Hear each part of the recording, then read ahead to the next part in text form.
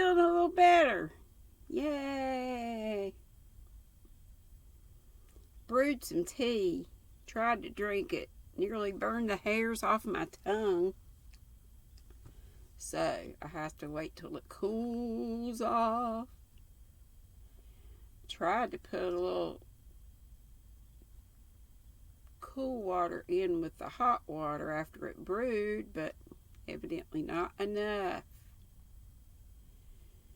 So I had to stop to go get my B12. It took not long at all, but I've been watching Miss Tracy. She was live. She just shut down. So here I am. Here I is, and waiting on the book to come up. Here we go. Okay. Still in whatever chapter we were in. 37? You know, the title. The arts graduates gave a graduation dance that night. Let me make sure. Yeah. And Anne dressed for it.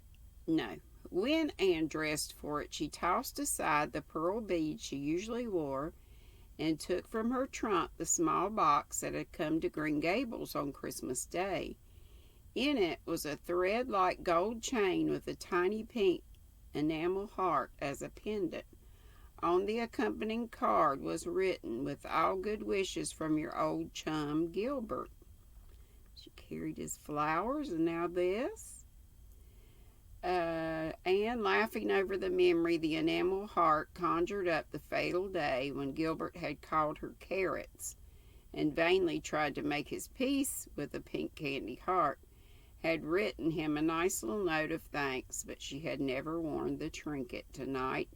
She fastened it about her white throat with a dreamy smile. She and Phil walked to Redmond together. Anne walked in silence. Phil chattered of many things. Suddenly she said, "I heard today that Gilbert Blythe's engagement to Christine Stewart was to be announced as soon as convocation was over. Did you hear anything of it?"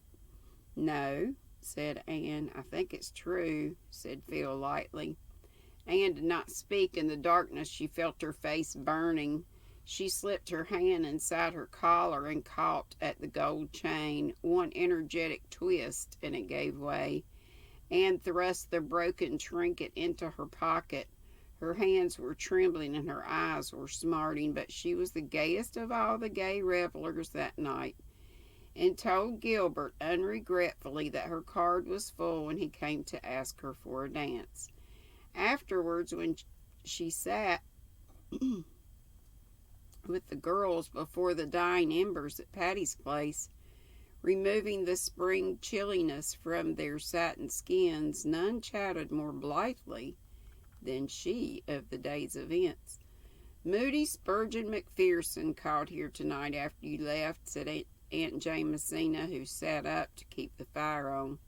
"He didn't know about the graduation dance. That boy ought to sleep with a rubber band around his head to train his ears not to stick out." "I had a beau once who did that, and it improved him immensely. It was I who suggested it to him, and he took my advice, but he never forgave me for it." "Moody Spurgeon is a very serious young man," yawned Priscilla. "He's concerned with graver matters than his ears. He's going to be a minister, you know." "Well, I suppose the Lord doesn't regard the ears of a man," said Aunt Jamesina gravely, dropping off further criticism of Moody Spurgeon. Aunt Jamesina had a proper respect for the cloth, even in the case of an unfledged person. She's something else. Oh, my goodness. Woo! Okay, that was it. That was all. And if I would have had time, I would have finished it up a while ago. 38, which we'll read tomorrow, is called False Dawn, D-A-W-N. And if y'all don't know it, I have read lots of other books I've been reading almost as long as I've had my channel. I might have been on a month or so before I started reading. But a lot of them would be considered children's lit. But a lot of my senior squirrels suggested them, like and keep in mind I have to read things that are out of copyright, public domain, so they have to be 75 years or older. And I've heard some people reading more current things, but they're not supposed to. So anyway, that kind of limits, what you read. But I've read Adventures of Tom Sawyer. We read some Dickens. Oh, I don't know. But look on the playlist, and each book has its own playlist. So if you want a longer playtime, go to a book and just hit play all, and it'll go from one chapter to another while you're crocheting or knitting or whatever your craft is. All right, see you later. It's only about an hour and 10 minutes until I'll be on at 5. I gotta do something with this hair. Put a lid on.